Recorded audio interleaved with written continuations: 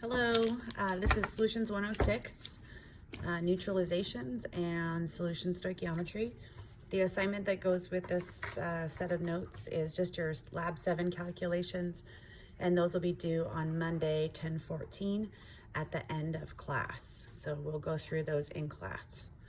So we're going to start with a couple of really basic statements here, and that is that a couple of things that we talked about in lab. For right now, we are defining acids as substances that release or generate hydrogen ions in water. And bases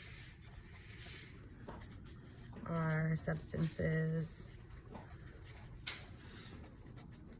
that release hydroxide in water. Okay, so we talked about that in lab already. And then we also want to define a neutralization reaction. A neutralization reaction is just a reaction between an acid and a base,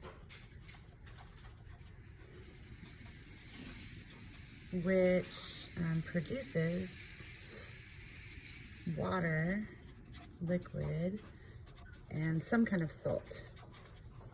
That doesn't have to be sodium chloride. Sometimes it is. Just depends on the acid and the base in question.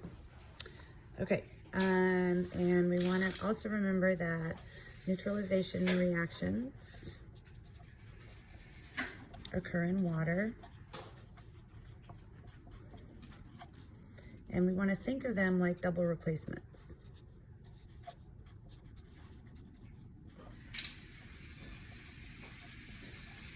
Like double replacement reactions.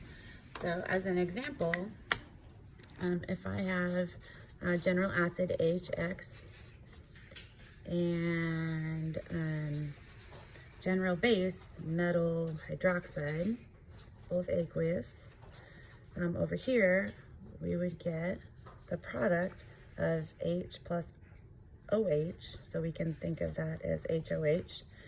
We also want to know that that, of course, is water, and that's going to be a liquid, and then we would have the salt MX, which would be aqueous. So here's our water, and here's our salt.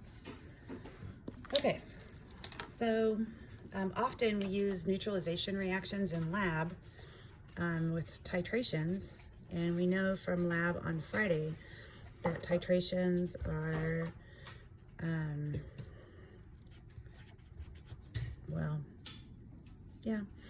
a titration is a lab technique to find the concentration of an unknown solution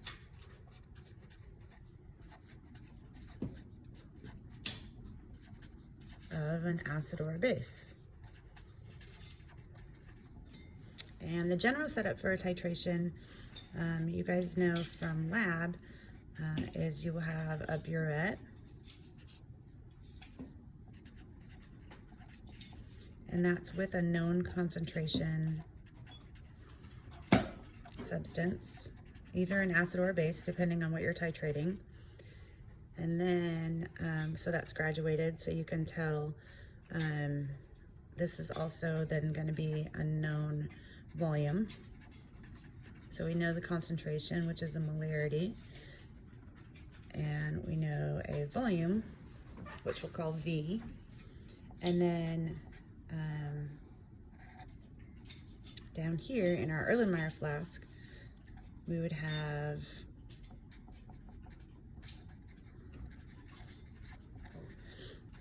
the Erlenmeyer containing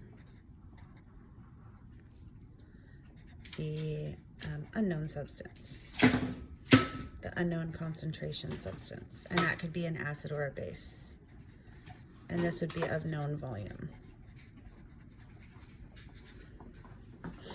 Okay, so in general, the molarity of the acid or the base is the question.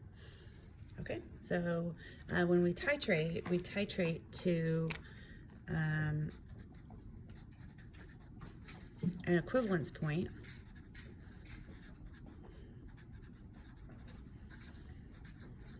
And this is where the moles of acid are equal, oops, I forgot moles, to the moles of base.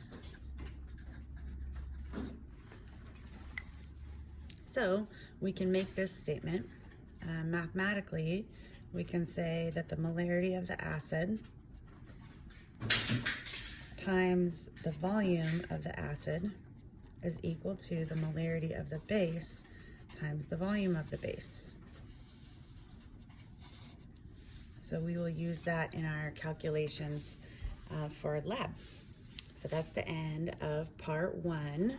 I guess I should label this part 1. And we will come back with parts 2 and 3. Okay, thanks.